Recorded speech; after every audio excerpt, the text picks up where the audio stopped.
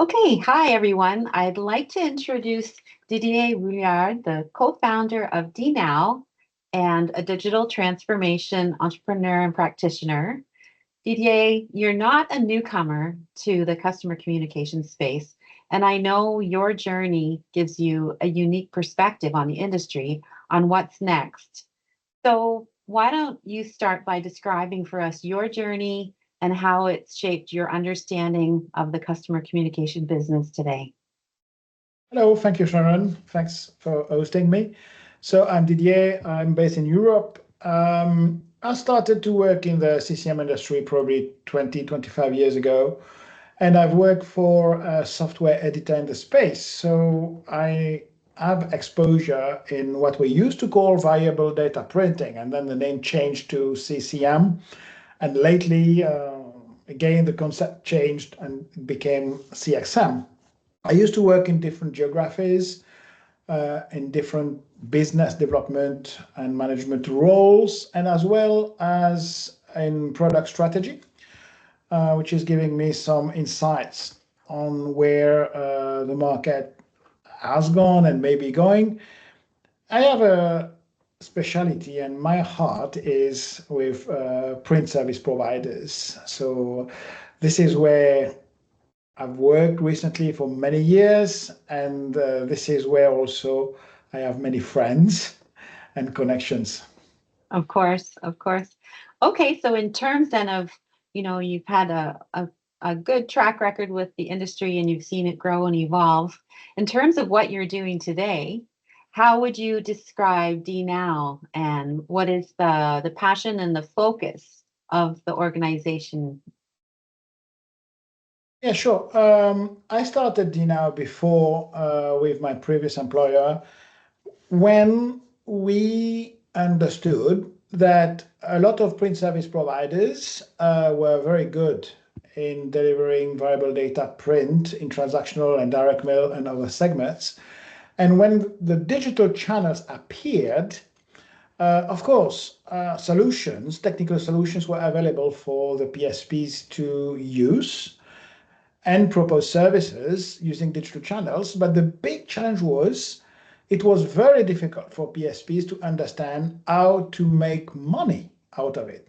What is key is understanding that digital channels is changing the value chain in customer communication, in customer interactions.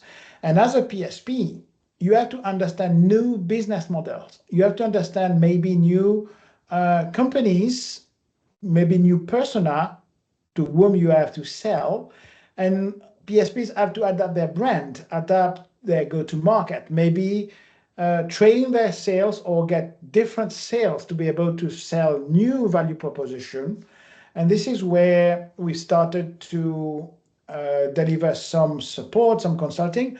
And now DNOW is a company on its own. It's not connected to any software or hardware vendor.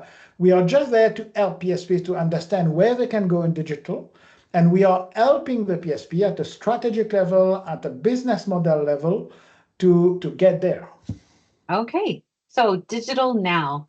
And in terms of these print service providers that you're working closely with and helping on the journey to digital, um, perhaps you can describe, I've heard you talk about a window of opportunity that's available to them. You've seen what's happened in Europe, and now, especially for PSPs in North America, you see this window of opportunities that I'd like to hear about.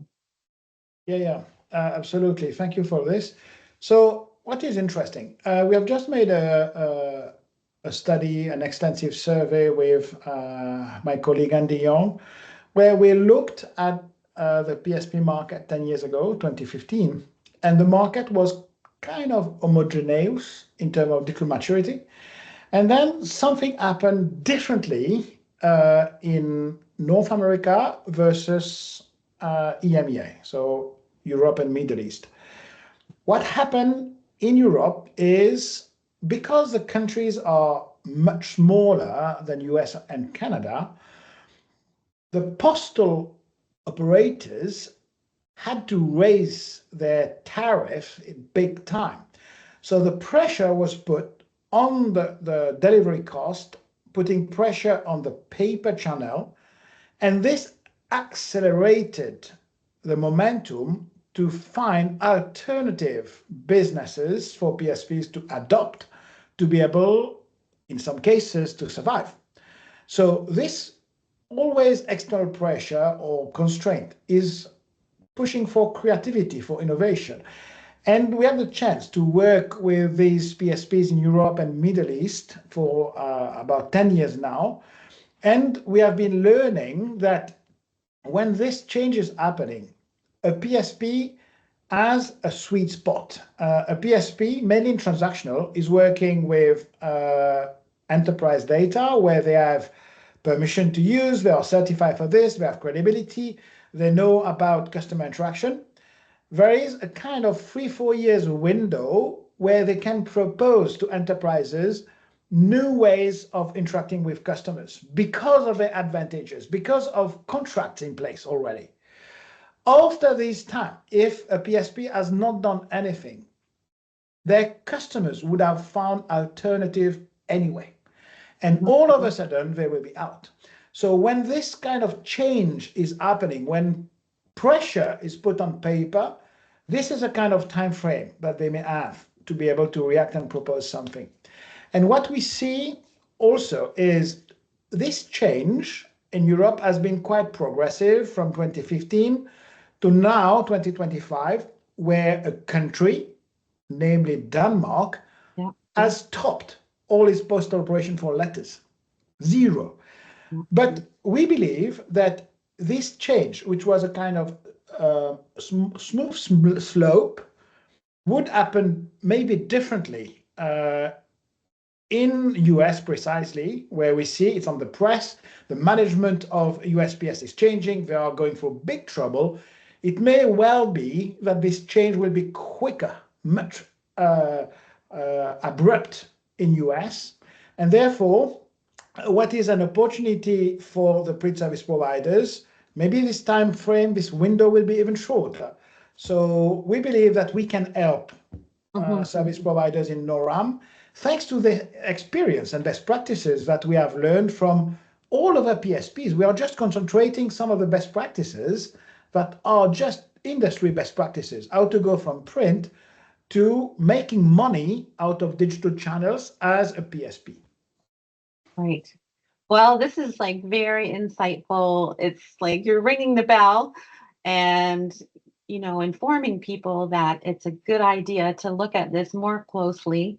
And I know you're there to help, and we're here to help. And I really appreciate your time today. Thank you so much for your expert insights on customer communications and what's next, what's coming. It's been an absolute pleasure speaking with you. Thank you. Thanks, Sharon.